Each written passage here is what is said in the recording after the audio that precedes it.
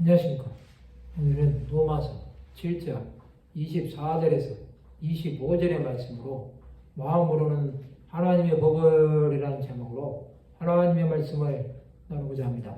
본 말씀은 오라 나는 공고한 사람이로다 이 사망의 몸에서 누가 나를 건져내랴 우리 주 예수 그리스도로 말미암아 하나님께 감사하리로다. 그런즉 내 자신이 마음으로는 하나님의 법을 육신으로는 제 법을 섬기노라. 사도 바울은 자신은 공고한 사람이라고 고백합니다. 그는 사망의 몸에 빠져 있습니다. 그의 단식은 믿는 성도들의 단식입니다. 그는 자신을 이 죽음 가운데서 건져줄 자를 찾고 있습니다. 그것은 예수 그리스도이십니다. 예수는 사망 가운데서 건져주신 것입니다. 믿는 자들은 주 예수 그리스도로 말미암아 하나님께 감사해야 합니다. 사람은 마음으로는 하나님의 법을 육신으로는 제 법을 섬기는 것입니다. 제 법은 그리스도인들로 하여금 하나님께 가까이 가지 못하게 합니다. 죄는 사람을 올무에 얽어매는 것입니다. 또 죄가 있기에 정죄하며 하나님께 나가는 것을 스스로 막는 것입니다. 믿는 성도들에게는 이런 단식이 있어야 합니다. 자신의 공감을 깨닫고 하나님의 자비하심을 구하는 자에게는 구원의 은혜를 베풀어 주십니다. 사람은 자신이 죄성이 있다는 것을 알지 못합니다. 아담으로부터 시작된 인류는 공고한 삶을 살고 있습니다. 하나님을 떠난 인생에게는 쉼과 안식이 없는 것입니다. 이 공감은 무엇으로도 해결될 수 없습니다.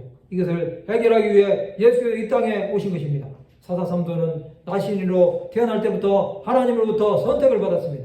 그는 원수인 블레셋에게서 백성들을 구하기 위해 블레셋 여인과 결혼을 한 것입니다. 이것은 하나님으로부터 나온 것이었습니다.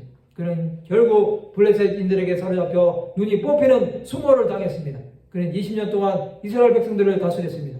마지막으로 그는 하나님의 은혜를 구함으로 자신이 죽을 때 블레셋 사람 3,000명을 죽였습니다.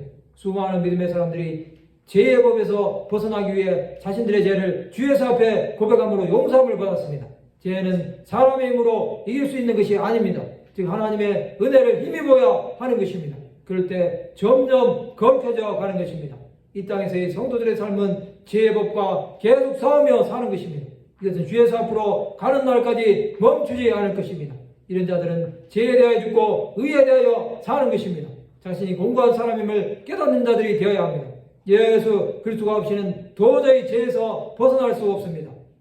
이것을 아는 것이 죄의 법으로부터 해방될 수 있는 길입니다. 성도 여러분, 공고한 자는 하나님의 긍휼을 구합니다. 그것은 자신의 연약함을 깨닫고 하나님의 은혜 아래로 나가는 것입니다. 이런 자는 결국 하나님의 법을 섬기는 자로 바뀌는 것입니다.